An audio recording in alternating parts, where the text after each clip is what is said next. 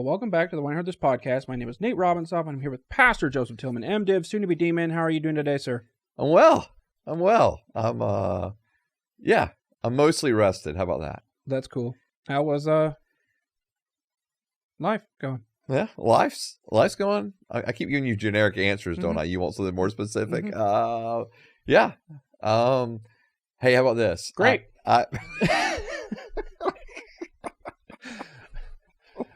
Well, today we're talking about murder. Hey, all right. Yeah. Things on the top. Things, what? Murder? The things you got to say about like and subscribe. Oh, I know. I was just, Oh, sometimes I do that first and then go into it. And My bad. yeah. Yeah, sorry. Yeah, we're rusty. going. Go to Patreon, $5. Like, subscribe, share, comment, follow, download. Emphasis on the subscribe. You can follow the podcast on Facebook and Instagram at When I Heard This Podcast. And X and Locals at When I Heard This. Tell everyone that you know about the show Murder. Like, subscribe. Like, subscribe. I said that. Okay. Didn't I? I don't know. I'm re-emphasizing it. I don't care. Okay. Okay, so we're talking about murder because we just got off of a bunch of Easter stuff. And right. That had a lot to do with murder. It did. And it's like, well, let's talk about murder. Okay. All right, so what is murder? Murder. Murder, just what is it? All right. So I'm going to give just a couple definitions. Okay. They're not that different from one another. The Oxford Dictionary would define murder as the unlawful, premeditated killing of one human being by another. Okay? Unlawful, premeditated killing of one human being by another. So it does have something to do with the law. Yes. Okay. Yes. And then one of the Christian dictionaries would define it as the unlawful killing of individual human beings. Okay. So again, pretty similar definitions. All right. So where in the Bible does it talk about murder? Where does it not talk about murder? Might be a better question. Or what does it say about murder? Yeah, okay. So, because there's a lot actually in Scripture that is discussing murder. Okay. And so the first place we see it is actually, pretty quickly into Scripture. Right. We're in Genesis 4, so you're 4 chapters in, and there's already a murder taking place. Right. Where Cain kills his brother Abel. And so that's like... Is that the most famous murder of all time? Or the murder of Jesus? There you go. Yeah. Probably that one. Was he murdered, though? Yeah, or did he commit crimes? Right. Well, he was innocent. So if nothing else, he was found guilty, even though he was an innocent man. Right. So, yeah. But we put innocent people to death in this country sometimes. Yeah, you mean like through the death penalty? Yeah. Yeah. So is that murder? Yeah, I'm not a fan of the death penalty because of that. And so maybe we can get into that in a bit. Okay. I have some thoughts on death penalty. All right. So people are not going to love. Okay. And so people are going to really love. All right. Yeah. So, all right. And so Genesis point 1, Cain, Abel dead. Cain killed him. Mm. And then from there, probably the next thing you think about is like 10 Commandments. Right. In Exodus, do not kill. Of course, it's given to someone, Moses, who actually killed somebody. Right. Right, he did. Yeah. Yeah. And then covered it up. Well, was he defending somebody? And that's another question, right? I mean, was he defending him? Yeah, I guess. But then he like covers him up like when no one looks, like he's like looking around, making sure no one's going to see what he's going to do, and he like buries the dude in the sand. Okay. So, yeah. So, do not murder. Probably what I would have done. Probably so. and then that whole idea of do not murder, the 10 Commandments, all that's found there in the law is reinforced in the book of Deuteronomy. Mm-hmm. But it's found in every single part of the law, from Exodus, Leviticus, Numbers, into Deuteronomy. So does the Bible define what it means by murder? Yeah, I mean, the Bible is defining it as the taking of. It's defining it generically as the taking of another human life. Okay. Okay, but then it's more. So it defines murder as the taking of human life, but then it is more clear on, hey, here's when this is not murder.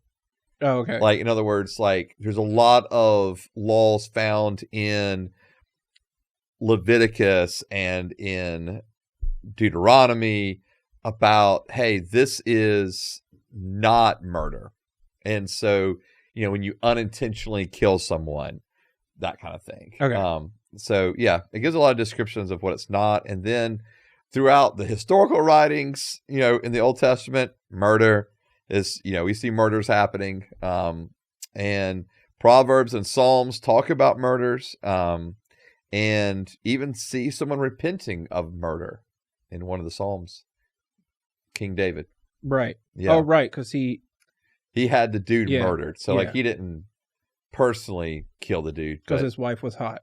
Yeah. I mean, pretty much. And so he had her husband killed. Mm-hmm. And so, and then of course the four Gospels, murder, if we're going to talk about in terms of Jesus, so Jesus also actually speaks about murder. And then the book of Acts, murders. And 1/4 of the New Testament is actually written by someone who is considered a murderer. Paul. Right. Yep. And so 1/4 of the New Testament? Mm-hmm.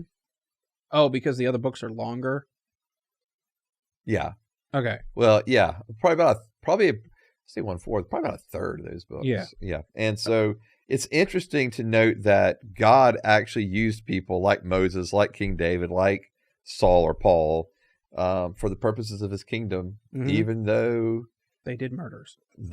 Even though they did murders. Yeah. Cool. Yeah, man. So yeah, that's kind of just a generic sketch of finding murder in Scripture. Okay, so why is murder a sin?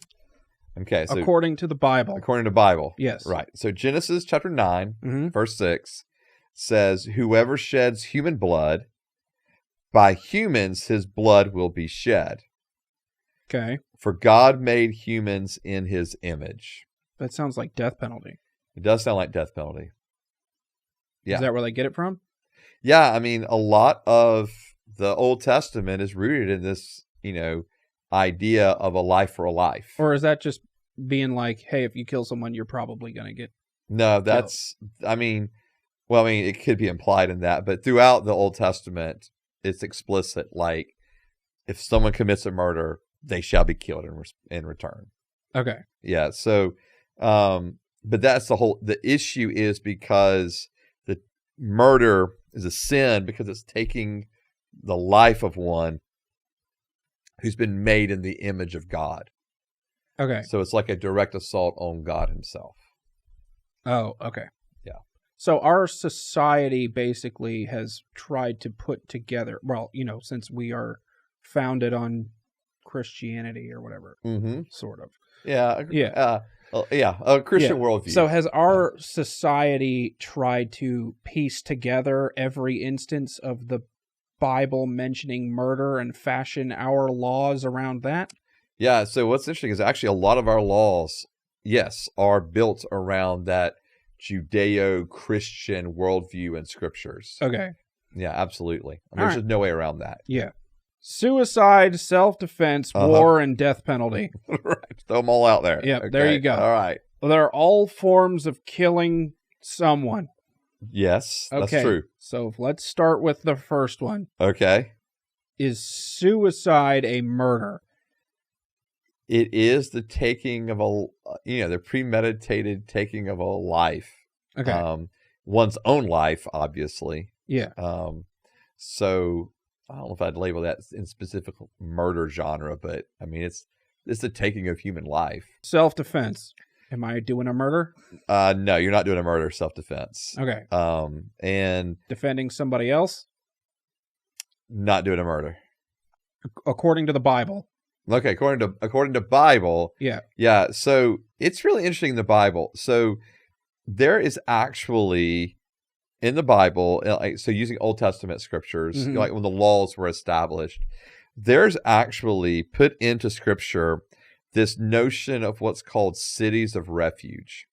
Okay. And the cities of refuge are actually, so like if you read in Numbers 35 and in Joshua 21, there are these cities of refuge that are established where, let's say you unintentionally kill someone, or you're defending yourself or another, kill somebody, you're able to flee to a city of refuge.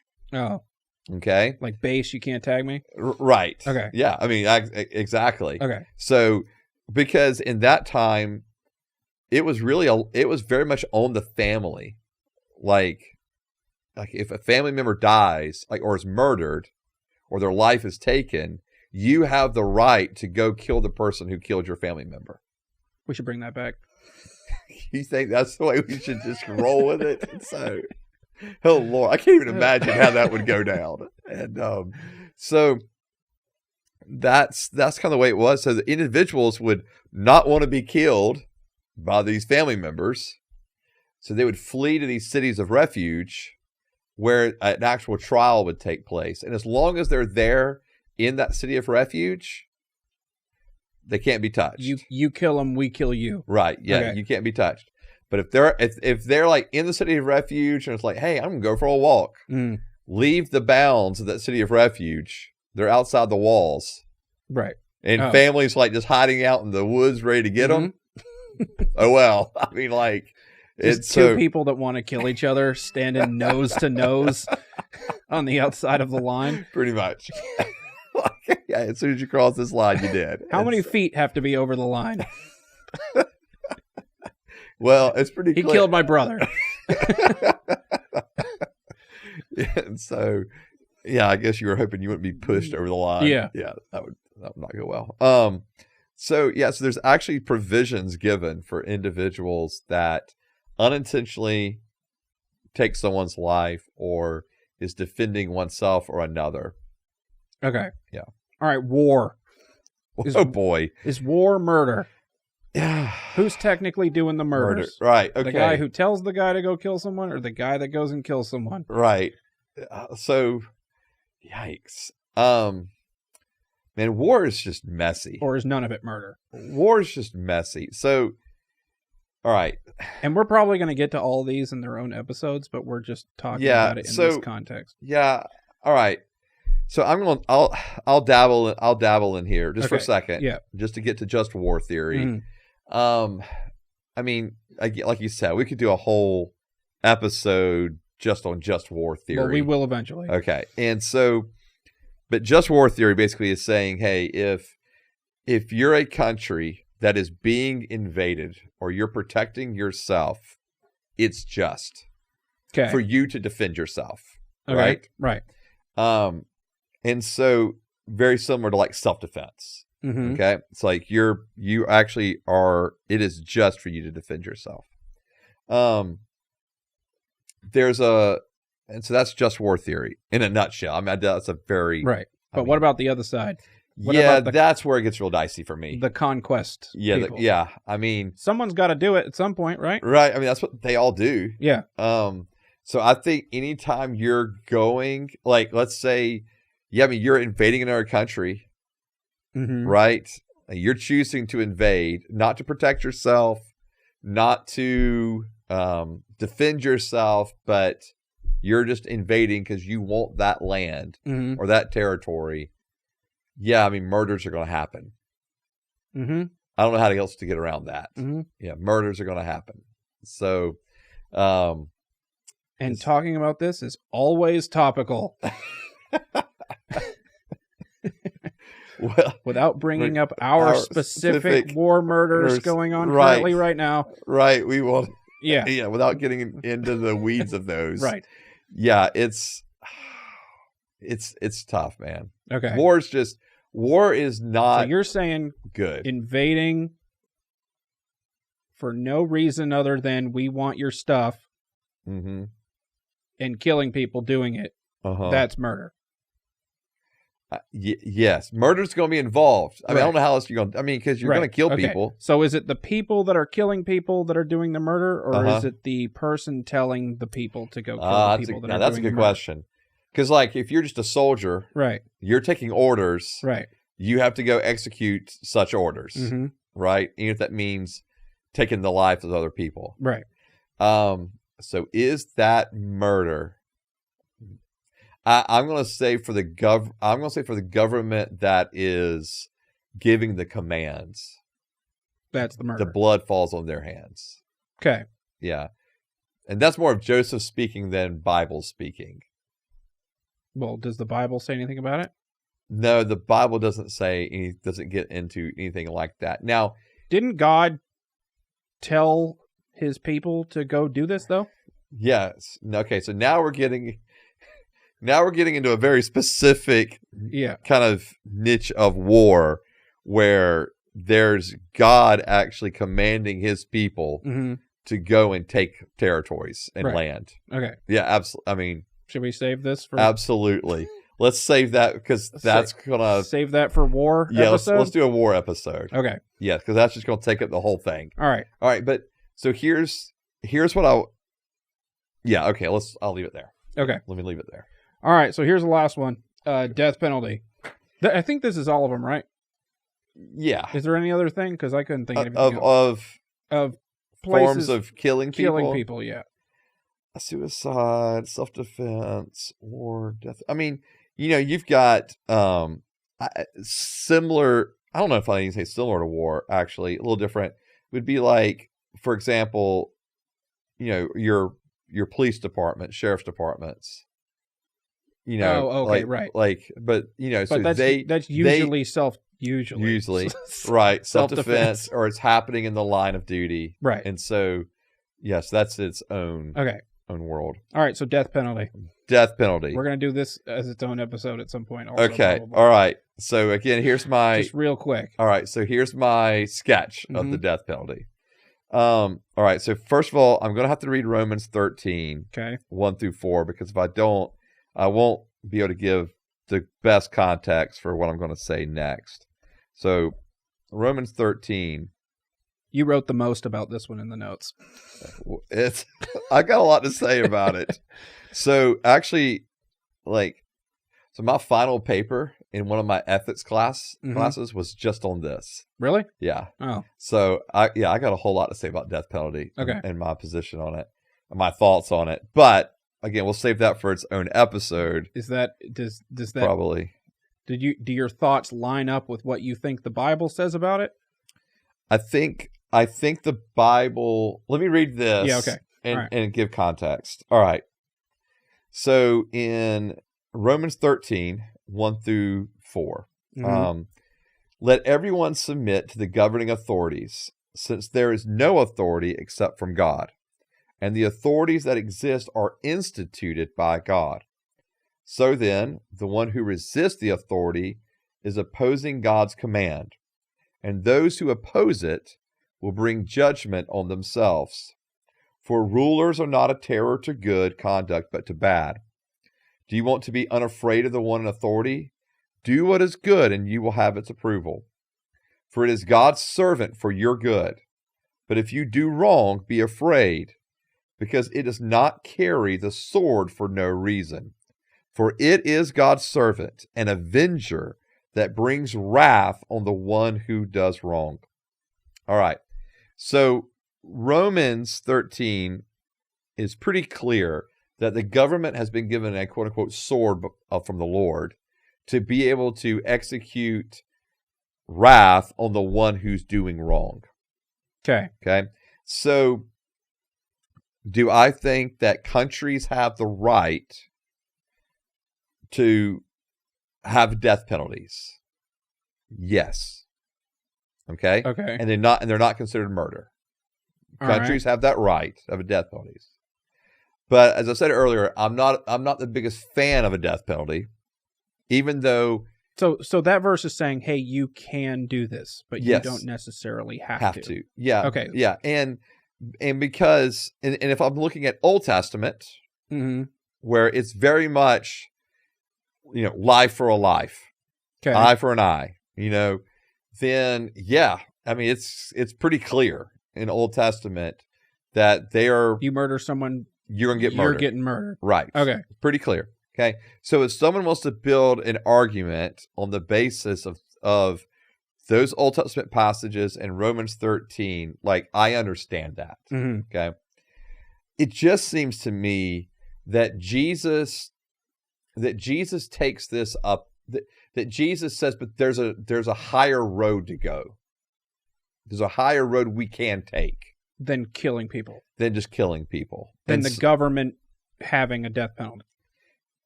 Yes. Okay. Now, again, I'm going to put this. So what I'm going to be doing is reading from Matthew 5, where obviously it is, referring to more the way that individuals are supposed to respond as opposed to governments. Okay. But I'm going to extrapolate some principles from that to put it into our context in a governmental say. So in verse 38 of chapter 5, so this is Jesus speaking. That's the Sermon on the Mount, so pretty well known. You have heard that it was said, an eye for an eye and a tooth for a tooth. But I tell you, don't resist an evildoer. On the contrary, if anyone slaps you on your right cheek, turn the other to him also. As for the one who wants to sue you, take away your shirt. Let him have your coat as well. And then going down to verse 43. You've heard that it was said, love your neighbor and hate your enemy. Mm-hmm. But I tell you, love your enemies and pray for those who persecute you, so that you may be children of your Father in heaven. For he causes his sun to rise on the evil and the good, sends rain on the righteous and the unrighteous. For if you love those who you love, or who love you, what reward will you have? Don't even the tax collectors do the same?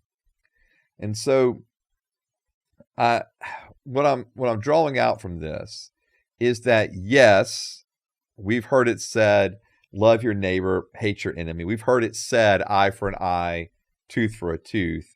But Jesus is saying, but there's a higher plane we can walk on. If they murder you once, let them murder you again. Okay, no. So if they murder you, you're murdered, right? Mm-hmm. But if they murder you, do we have to respond in kind? Okay. Right? So I think that's kind of what this is getting to, right? Do I have to respond in kind to an action taken by another? Okay. Right. So if someone is murdered, do we as a society have to respond in kind to that? No. To that person? And I'm saying we don't have to. Okay. And I understand there's all these arguments over, well, if we just kill them, it's actually cheaper in the long run, saving space. Well, that's actually been proven false, because yes, you're right. There's meals, all those kinds of things, but to actually get someone to the death penalty position, do you know how many trials and retrials there has to to happen? It's unbelievable the cost. Just leave them in a cell and give them food. that's kind of the way I'm at. Yeah. I'm like, I get it. They've broken their societal contracts. Mm-hmm. They shouldn't be free to engage in society again. Let's lock them in a cell, give them food. They die when they die. Mm-hmm. That's my perspective. No more trials. We got jaywalking tickets to get to. Well, yeah. And this for me, it kind of feeds on the idea of the sanctity of life. Okay. So in other words, if I'm viewing all life as having sanctity, then even though someone may have broken a societal contract, if you want to put it that way, with society through murder, did they lose the sanctity in their life? And that's given to them by the Lord. And I would say no. Right. Okay. But I also understand the one that says, well, but you know what? It was God who said in Genesis 9, you know what? Someone's life made in the image of God was taken. But that's the Old Testament. It doesn't matter anymore. I right? No. That's the law. It No. doesn't matter anymore, No, right? I mean, We're no, supposed to I don't want to just chunk the whole Old Testament. do something with our cheeks Right. or something now, right? Okay. Oh Lord. All right. So no, I am for the moral code and principles that are found in the Old Testament. Okay?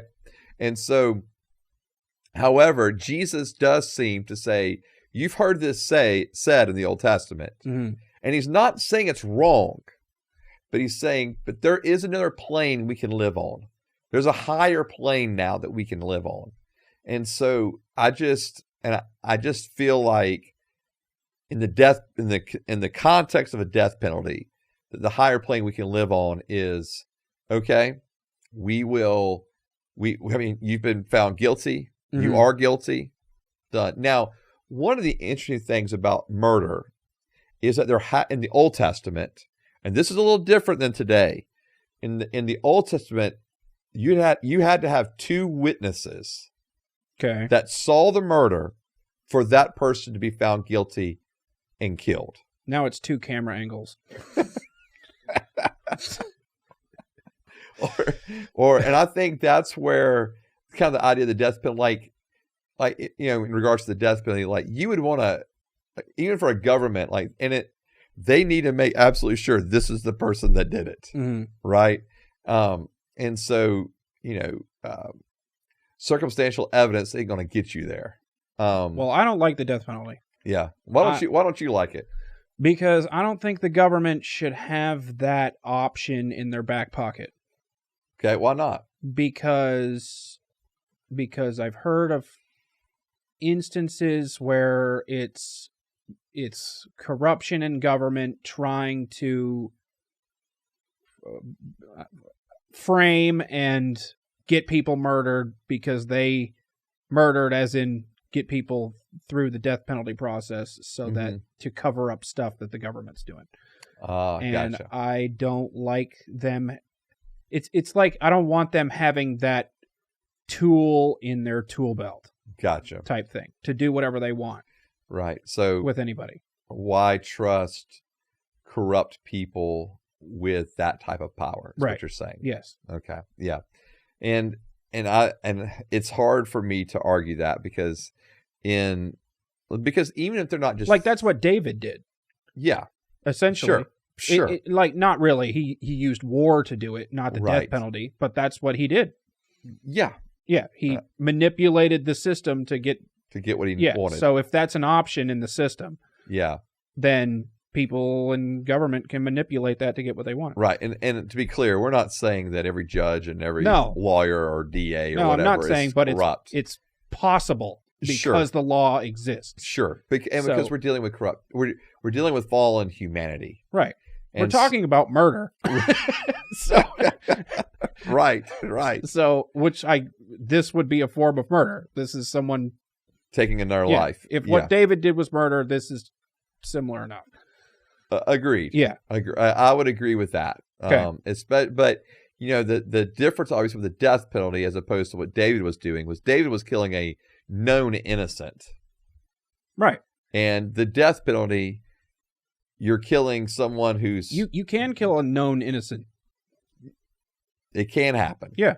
It can happen. It's the so I don't like that. That's what you're saying is the option is out there. The option is there. Right. So I don't like it. Sure. No, just keep them locked up. Yeah. And there's been things like DNA evidence has proven people innocent years and years later. And And oops, our bad. Oops, we murdered that guy. Right. So that wasn't even corruption. Yeah, but that the corruption was option still. Yeah. Yeah, and I think that's where you're dealing with humanity too, right? Because humans make mistakes. Yes. And so no, I do wish that I wish the death penalty would be taken off the table. I'm in agreement with you. And we're going to get hate for this one. Oh, we're going to get killed for it. Yes. You didn't.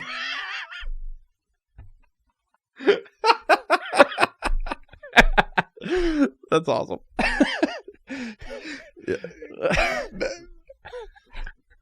No pun intended. Good job. All right, next question. Okay, so the church doesn't talk about murder enough because I feel like it assumes I know not to do it. Mm-hmm.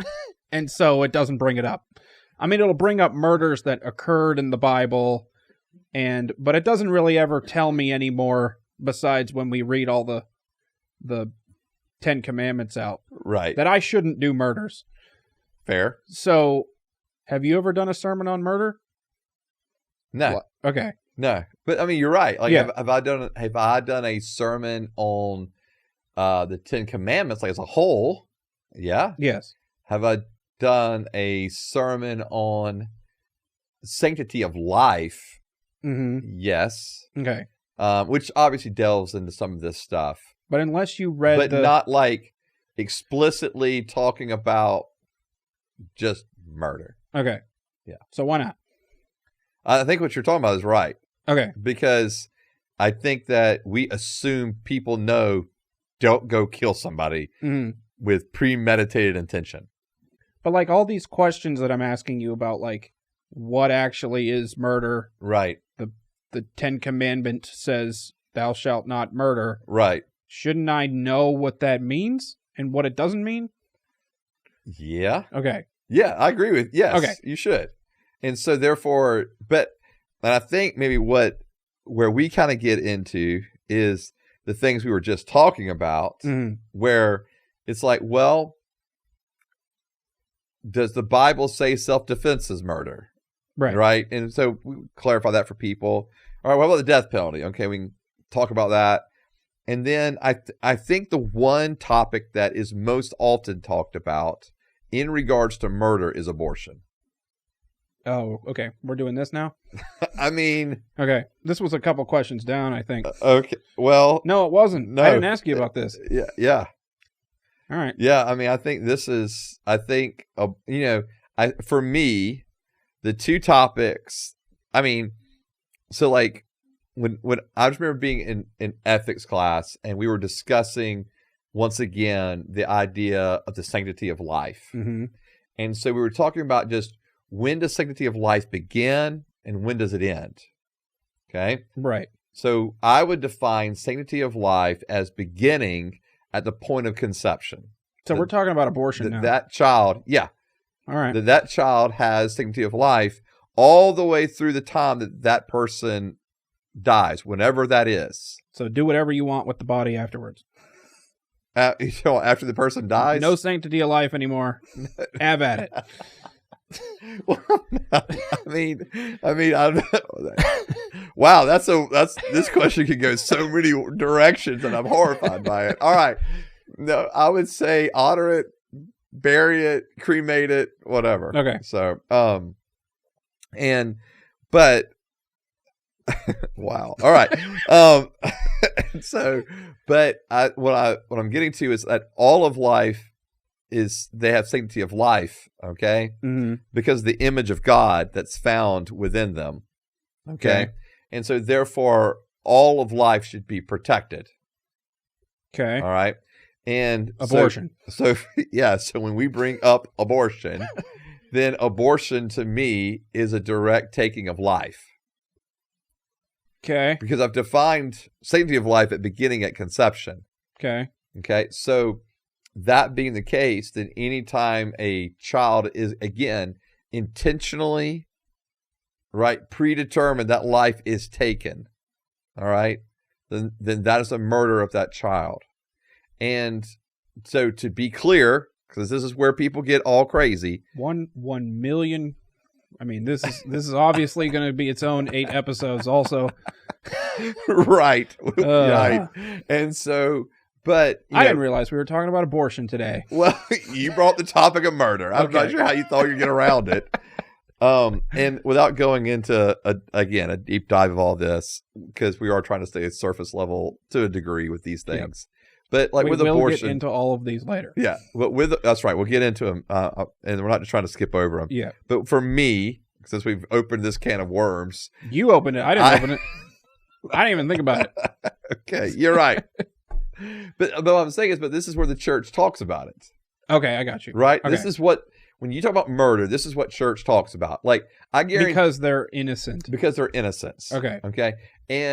So for example, if I was living in Europe, in some countries in Europe, let's say Denmark, for example, I would be preaching not just on abortion, I'd be preaching also against the sin of active euthanasia or direct euthanasia.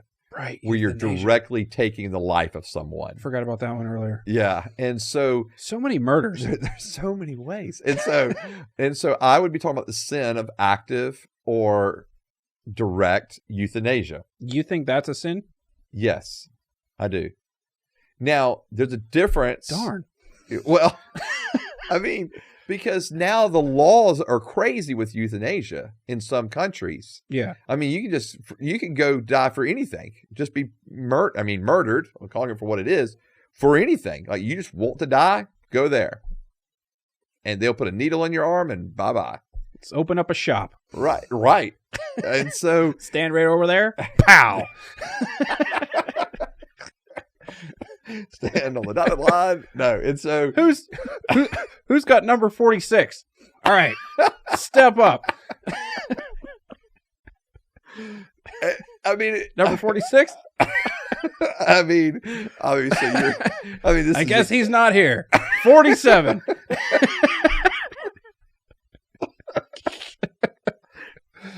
Dang. Did it himself. Oh, Lord. We lost that son of money. Yeah. All right. Yeah. So, but I think that at least we don't have to give him his deposit back.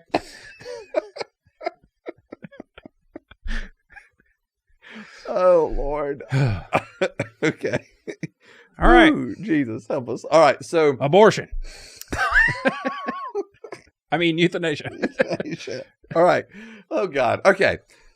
Oh, yeah, I do want to touch. I want to mention just a couple things on each of them, because if I don't, there's going to be a lot of, I think, confusion maybe about where I'm coming from. Okay.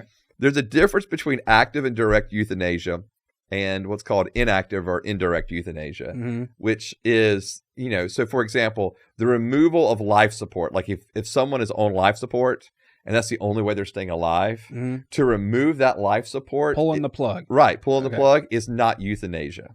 In the direct active sense of killing someone. What you're really doing with life support, like when life support's removed, then you're just allowing that person to be in their physical state and condition that they would be in without anything given to them or added to them. What if you unplug it like oops? Yeah. Or like ha! You know what I mean? Like that might be, I don't know. Does it depend on how you feel about it? I guess. Or it depends on maybe who you are. If you're like, you want the person dead and you pull the plug. Like the guy in Airplane who unplugs the lights at the end. You remember that? Oh, Lord. Okay. Yeah. Focused. And so I want to make sure I'm clear on that. And then for abortion, I understand that there are, for example, medical reasons that a doctor might have to terminate a pregnancy early to save the mother's life. Okay? Like, I'm not calling that abortion. Okay?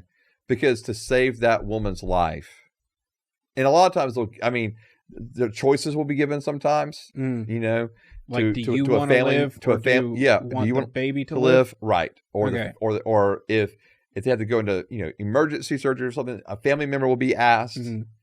If it's a consequence of trying to save the mother, right, that's not murder. No. Okay. No.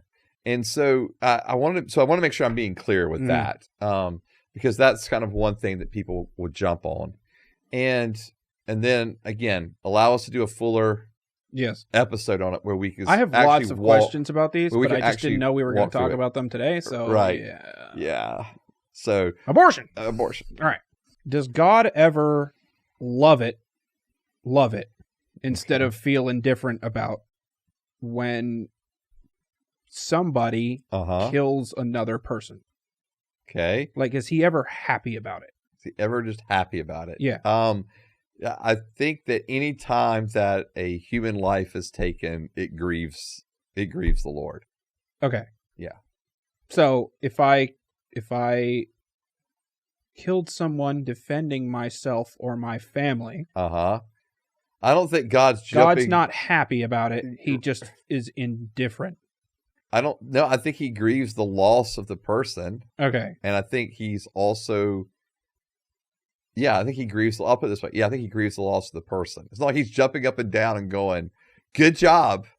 Way to go. Okay. You know, I'm not going to get high fives afterwards. Right. But at the same time, but God's not mad at you for doing it. Okay. Like if you're the one that was defending yourself and you take a person's life while doing that, God's not mad at you for that. Okay. When the army guys killed bin Laden. Okay. Okay. All right. Or hung Saddam Hussein. Okay. He wasn't happy. Okay. I still think he grieves every time a human life is taken. Because I think some people were happy. Oh, no questions about it. People were happy. People were happy. But God's never happy. No, and I will say this is a good question, though. Okay. Because what is behind it, I think God grieves when people are used, people are used for the sake of evil. Right? Like God, I think, is actually grieved they're being used in that way for evil. Okay. But is God pleased when evil is stopped? Yes. Yes. Okay. And so I think there's like a duality a little bit with this. Like the sense of God grieves the loss of anyone whom he formed and created. Mm-hmm. And at the same time that God can rejoice in the fact that evil has been stopped in this world. So does that make sense to hold those two things together? Mm-hmm. And so I think that's probably the way we should view that. Okay. If someone came to your church or someone at your church or whoever, as a pastor, came to you and was like, hey, I think about killing people all the time. Okay. Not all the time, but like all the time would be pretty extreme. Or there's someone I'm really mad at, and I imagine myself killing them and stuff like that. What would you say to that person? Oh, wow. Like how do you deal with that as a pastor? Right. Because they haven't done anything. Right. So they haven't committed a murder. They haven't committed a murder, but they're coming to me saying I'm thinking about this. The thoughts are there. Okay. So I think that there's probably first of all, I would be concerned in the sense of their safety and the safety of others. Right. Okay? Like that's like the overarching thing I'm concerned about. Right. So how do you deal with that? Okay. So for me as a pastor, I realize that if someone comes to me and they're telling me these things, like I think it's one thing if someone comes up and they're like, hey, I'm really upset with this person, and this one time I had this thought. Right. Does that make me an evil sinner? Does that mean that I'm going to hell? Does that mean that, like, am I really screwed up? You know? And my answer to them was like, no, this doesn't mean you're going to hell. This doesn't mean that, you're really screwed up. Because like you said, actually, we have thoughts. When, we get angry, we get upset. People can do this on both sides, taking of their own life and the taking of another. And realizing that those thoughts kind of have to be like, you really have to be able to see the facts that, like, all right, are those my thoughts that I'm just recurring, right? Or is it something that is maybe a little more abstract from me? And so that's what I would be like wanting to know, like, all right, so what's the degree to this thing? And if it's one person that just feels really bad about, man, I thought this thing one time about someone, okay, let's, I'll reassure them, probably keep checking in on them for a little while, but more than likely not be as concerned. Okay, what if they're thinking about it all the time? Yeah, if they're thinking about it all the time, or like it's a very present thing, and you can just tell they are just mad as hell, then I am more concerned at that point. What would you do? What would I do? Yeah. Well, I would really want to counsel them to go see a counselor that's more equipped to handle it than I as a pastor am. So they tell you this. They're Right. like, hey, I'm thinking about Right. murder all the time. And then they're like, all right, see you. I'm going to go hang out with my family. Yeah. What would you do? Well, I really think it depends on the context, because I think it depends on, like, all right, are they a juvenile? Right? Like, Right. they're like a teenager, or a young person, right? Well, then I'm calling parents immediately. Okay. I'm not letting that just fly, right? If they're married, my question is, does your spouse know? You know, if they have kids, are the thoughts directed toward the kids, or no, or not? You're right. Right. All these things matter. Right. So what do you do? How I would handle it. They say I'm this close to killing my kids. Right. See ya. You know what I mean? Right. Okay. If they're like that, and it's like regard to their kids. Yeah. No, like I'm calling the other spouse. Like if there's another spouse or the kids, and I'm like, hey, y'all need to go somewhere. Do you call cops ever? Man, that's a tough one, because they can't really get involved until something has actually happened. Right. You can say, hey, if this is like really, hey, can you get in the car with me right now? And will you go with me to a psychiatric hospital? Okay. Like that would be my preference for that person. Like, will you get in the car with me right now and go with me here?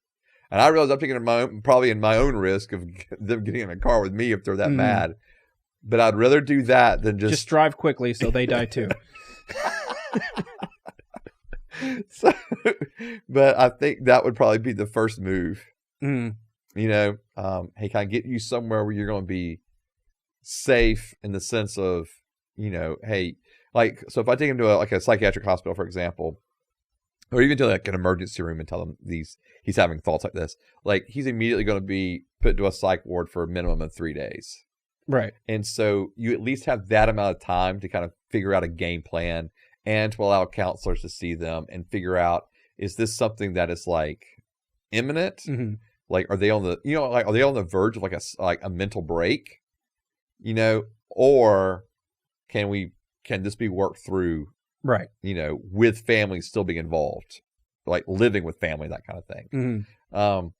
If it's and even if it's like outside of family and they're at that state, that would, still be what I would want. Okay. For them. But I'm letting even if they don't want to let the family know, I'm letting the family know. Okay. So you go around them and not listen to what they said. Correct. Okay. Because as a pastor, like I have a responsibility to be concerned, again, not just for their own welfare, but the welfare of others. Right.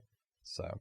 Okay. So what if someone came to your church or whatever and was like, hey, I killed someone this morning? Okay. Yeah. What do you do? I'm calling cops. Okay. Bottom line. All right. Yeah. It's not like I'm going to sit there and be like, and they're like trying to confide in you or whatever and feel sad. You call cops. No, I'm calling cops. Yeah. Okay. Yeah. Like and you'll go sit on the stand and say, hey, they came to me and. Yeah. So and this is things like for pastors. So how does stuff like this go for pastors? Yeah. It is actually. Basically, this is what I'm. Yeah. It's actually tricky. Okay. Because we do have individuals can come to us and tell us things in confidence, and then we are expected not to break that confidence. Because priests with confession deal with this all the time. The time. Okay. Yeah. And so that's so we are told, like, as a counselor, as a pastor, yes, they can confide, and I keep everything secret or to myself, right? I never discuss it with anybody else, okay? Outside of another like professional, like within my world, and so, or another counselor. But I have I will say this, it also depends on the states you're in. Some states have differing mandatory reporting. Right. Than others. And so it does depend on the state you're in. And so, but for me, when things come across, and this has happened, like when things like sexual abuse come across like I'm calling I'm calling somebody. Okay. And cops. I'm calling cops. We have someone in the attorney's office that we know they're a victim's advocate. Mm-hmm. I like that's my first phone call. Okay.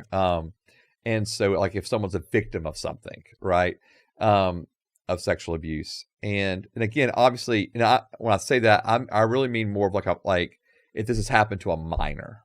Right. Okay. Like if they're an adult telling me about it, like it's actually up to them to report sexual abuse. If that makes sense? Oh. Yeah. If it's not them that did it. Okay. Yeah. Right. Okay, I got you. Yeah. Like if they have been sexually abused, right, as an adult, that's up to them to make that decision. Oh, to report it. Okay. For a minor, I'm reporting it. Okay. Yeah. Like if something happened to a minor, I'm reporting that. If someone comes to me in that situation you just mentioned, hey, I murdered someone this morning, just need to tell someone, or just, and maybe they're very distraught over it, whatever. Yeah. But like, okay, you're distraught, you're upset, but we need to own it. Mm. And by owning it means we need to get authorities involved. And if I'll be right back. Right. If they're not willing to make that phone call, then I will. Now, where it gets dicey is testimonies on the stand. Okay. I have been in courtrooms before where a judge will not allow me to testify because of my role as a pastor / counselor. Oh, okay.